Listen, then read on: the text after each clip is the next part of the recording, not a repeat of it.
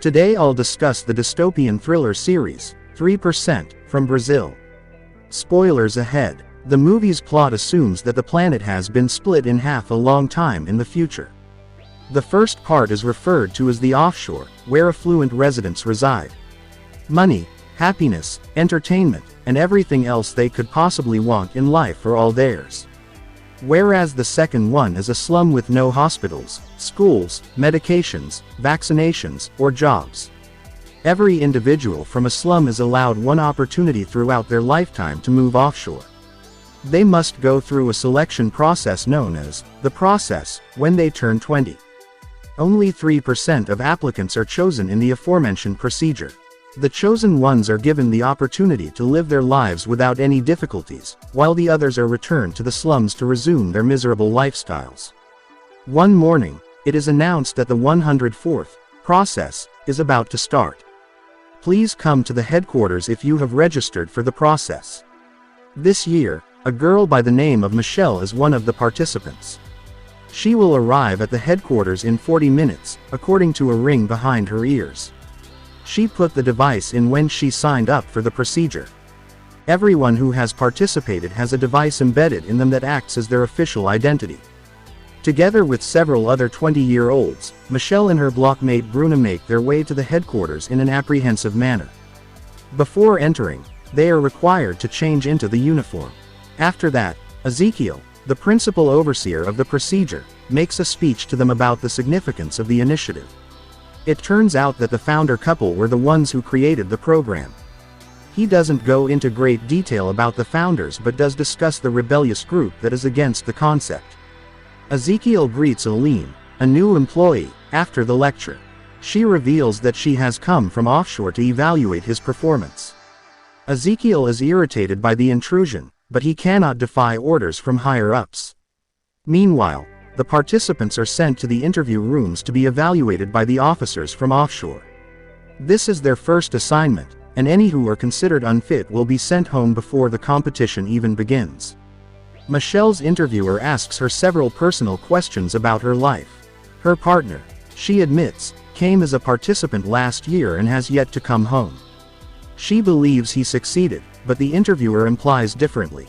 He might have perished in an unlucky event, which is not unusual for the participants. She is requested to take off a locket that is really important to her in order to gauge how emotionally dependent she is on her partner. When she performs it without hesitation, the interviewer selects her. At the same time, a man by the name of Marco answers each query with assurance. He is confident that he will succeed because everyone in his family has always passed the selection. He survives the first round thanks to his lack of fear. The same cannot be said for a guy named Alex. After 20 minutes of self-assured speech, he is rejected because his comments didn't sound genuine. He makes a fuss about the competition being unfair before being taken away. Afterwards, we are introduced to Joanna, a girl who doesn't like to chat a lot. She is the smartest out of the lot that doesn't go ignored by the interviewer. Hence, she is selected as well. Lastly, there is Fernando, a disabled person whose disability reduces his chances of survival. But he succeeds in the interview thanks to his tenacity. The group ignores each other for the time being, ignorant that their fates are going to intertwine. Somewhere else in the facility, an employee named Agata has found a mole in their program. It seems that a man has been dispatched by the rebel organization known as the Cause to gather information from within. To find out who else is involved in the plan, he is currently being tortured. After being severely battered, he discloses that the fresh set of contestants also contains a mole. To keep the peace for the duration of the program, Ezekiel and Agata must remove the person as soon as possible. But they have to find out who the person is first. In the slums, a meeting takes place between the members of the rebel organization The Cause. They believe everyone deserves a quality life and the process is just propaganda to create higher and lower classes in society. The leader of the group is confident that the person he sent in the program won't be caught. Back in the headquarters, Alex commits the unimaginable because he wasn't selected. Others are frightened by the incident and have to be brought to the other room by the officials. After that, their ear devices are scanned to make sure they are registered participants. Joanna notes that the guy in front of her named Raphael had 3 stitches behind his ears, which is distinct from the customary 2 stitches implant. She calls him out for being a scam, but he says he was officially enrolled. When scanned, the monitor validates him. Joanna is certain that he passed the test by utilizing a ruse, but she chooses not to tell the authorities because she wants to take benefit of the information. They are then led into a room for their first task as the time they had been waiting for finally arrives. In the center of the table is a set of construction materials. They must be used by the participants to construct 9 cubes in 10 minutes. When the task begins, Fernando has trouble getting to the blocks. Michele helps him out of instinct before taking the blocks for herself. They instantly begin to work and continue as the timer ticks. In the last few seconds, Michele struggles to create the last cube. Seeing her struggle, Fernando helps her and creates a bigger cube out of the 8 cubes she had already created. When the countdown stops, Raphael is still 1 cube less, so he steals from a guy near him. He passes the round after the management allows him to get away with it. Joanna has also produced 11 cubes, allowing her to pass as well. Michele likewise has 9 cubes, although one of them is bigger, which makes her pass. After the game, everyone starts looking at Raphael differently. They speak behind his back and accuse him of cheating. He intentionally starts a fight and is then assaulted by several people. When they eventually stop, the participants who were insulting him earlier now sympathize with him. His strategy works, but it doesn't go unnoticed by a savvy Joanna. She pleads with him to stand by her because, if he deserts her, she will inform the official of his fraudulent registration. Aline is speaking with Ezekiel in his office about how he manages the process. She is eager to find a flaw in his work so she can take over his position. She also mentions his wife's name for this reason, but they are cut off before we can learn more about her. Agata discovers that the rebel group's mole is either Michele or Bruna in the meantime. They are brought aside and asked to reveal which one of them is with the group. The two have always been close friends and have lived next to one another their entire lives. Agata will be forced to kill them both if they don't disclose the truth. Michele advises they assault her when she isn't looking because it's their only chance of surviving. Bruna concurs. In the heat of the moment, Bruna consents to the plan. As soon as Agata reappears, Michele betrays Bruna, leaving only her to fight Agata.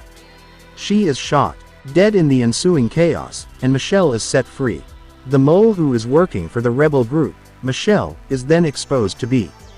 Despite the fact that she and Bruna had been friends since they were young, she gave her life for a greater good. The story about her boyfriend was also made up to be selected. She is actually traveling abroad to search for her brother, who underwent the procedure but never returned. The next scene provides background information on Fernando. His father reared him, instilling in him the only goal of passing the procedure. Fernando has lived his entire life knowing that he must not let his impairment prevent him from working offshore. He is brought in for a physical examination, and a doctor administers a medication by injection. To his amazement, the medication causes him to experience pain for the first time ever in his legs.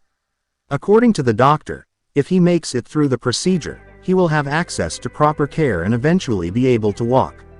Fernando already knew he would never be able to walk, so he is unsure of how to react to the news. The participants are divided into groups and taken to a location for the next task. It comprises of 4 mannequins with various facial expressions seated at a dinner table. To find out what happened to the woman wearing navy blue apparel, the group must investigate.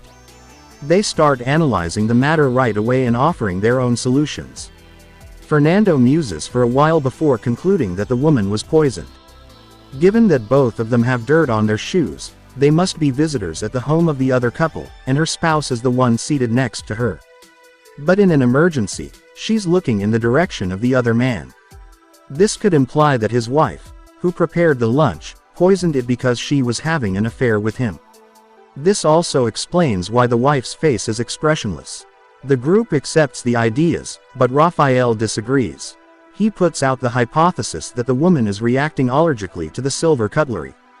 He surmises that the woman is allergic to silver because everyone else is wearing at least one piece of jewelry that is made of silver and she is donning a glass ring and a wooden necklace. As he is a doctor, she is turning to face him rather than her husband.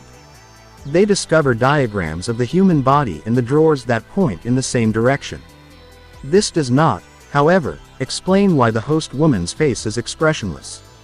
The woman has no illumination on her side of the study table, and Joanna, who had remained silent the entire time, reveals that the woman is blind. When they open the other drawer, they discover a book in Braille. Raphael's presumption turns out to be accurate in the end. Nonetheless, one of their comrades gets fired for failing to assist the squad. Due to a staffing shortage for the third round, Ezekiel begs Aline for assistance in keeping an eye on the game. Although she accepts the offer, she has some misgivings about Ezekiel. As a result, when the tournament begins, she searches for him and discovers him leaving the headquarters.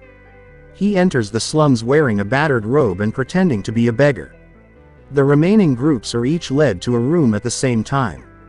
7 people are in the room, thus they are handed 6 coins for this round.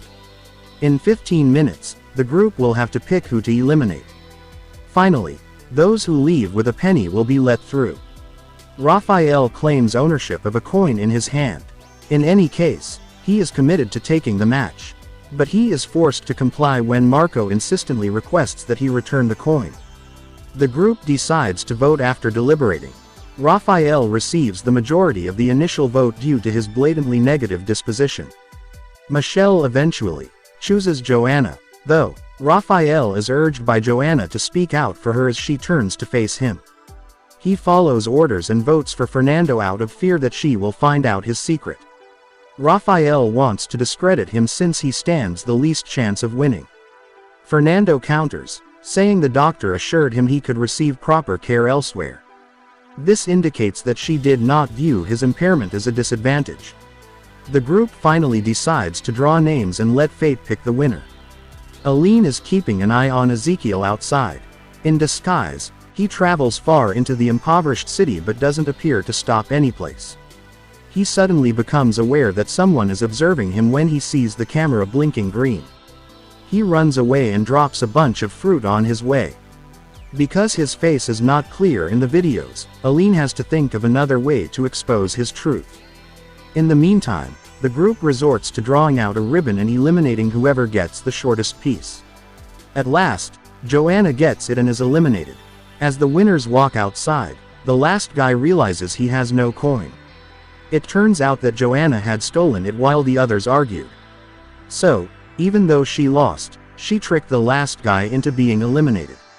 She smugly joins the rest of the group in the last scene, ready to do anything to win. Subscribe for more videos like this, turn on the notification, and leave a like to help the channel out. Thanks for watching.